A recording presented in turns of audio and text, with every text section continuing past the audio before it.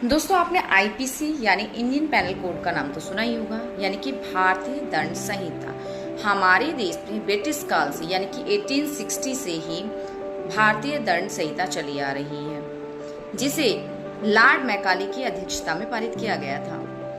अब 1860 से अभी तक हमारे देश में जितने भी सेक्शंस होते थे, जितने भी आपराधिक मामले दर्ज किए जाते थे, वो भारतीय दंड संहिता यानी कि आईपीसी के अंतर्गत आते थे। लेकिन अब हमारे देश में 1 जुलाई 2024 से जितने भी आपराधिक मामले होंगे वो भारतीय दंड संहिता के अंतर्गत नहीं आएंगे। जब भी हम पुलिस स्टेशन अपनी एफआईआर कराने जाते थे तो उस जो सेक्शंस होते थे वो आईपीसी के अंतर्गत आते थे। जो भी हमारी रिपोर्ट लिखी जाती थी वो आईपीसी के किसी सेक्शन के अंतर्गत लिखी जाती थी। लेकिन 1 जुलाई 2024 से अब आईपीसी के अंतर्गत किसी भी प्रकार की कोई कंप्लेन, कोई एफआईआर नहीं की जाएगी। जी हाँ, क्योंकि 1 जुलाई 2024 से बीएनएस यानी कि भारतीय न्याय संहिता लागू हो रही है। आईपीसी का नाम बदलकर अब भारतीय न्याय संहिता रखा जा रहा है। इसमें और भी बहुत से बदलाव किए गए हैं, लेकिन फिलहाल जानने वाली बात यह है कि भारतीय न्याय संहिता जो कि 1 जुलाई 2024 से लागू हो रही है, अब जितने भी आपराधिक मामले होंगे वो सब बीएनएस के अंतर्गत आएंगे। और जो ब्रिटिश काल से भारतीय दंड संहिता चली आ रही थी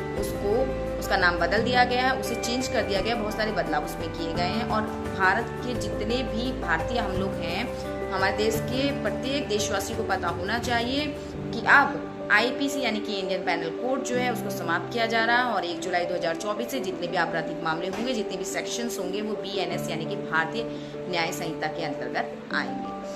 तो आप लोगों को करना क्या है कि इस वीडियो को बहुत सारे लोगों के संग शेयर करना है, ताकि ज़्यादा से ज़्यादा लोगों को पता चले कि जो ब्रिटिश काल से हमारे देश में भारतीय दंड संहिता चली आ रही थी वो पूरी तरह से समाप्त हो रही है। उसका नया नाम आ गया है भारतीय न्याय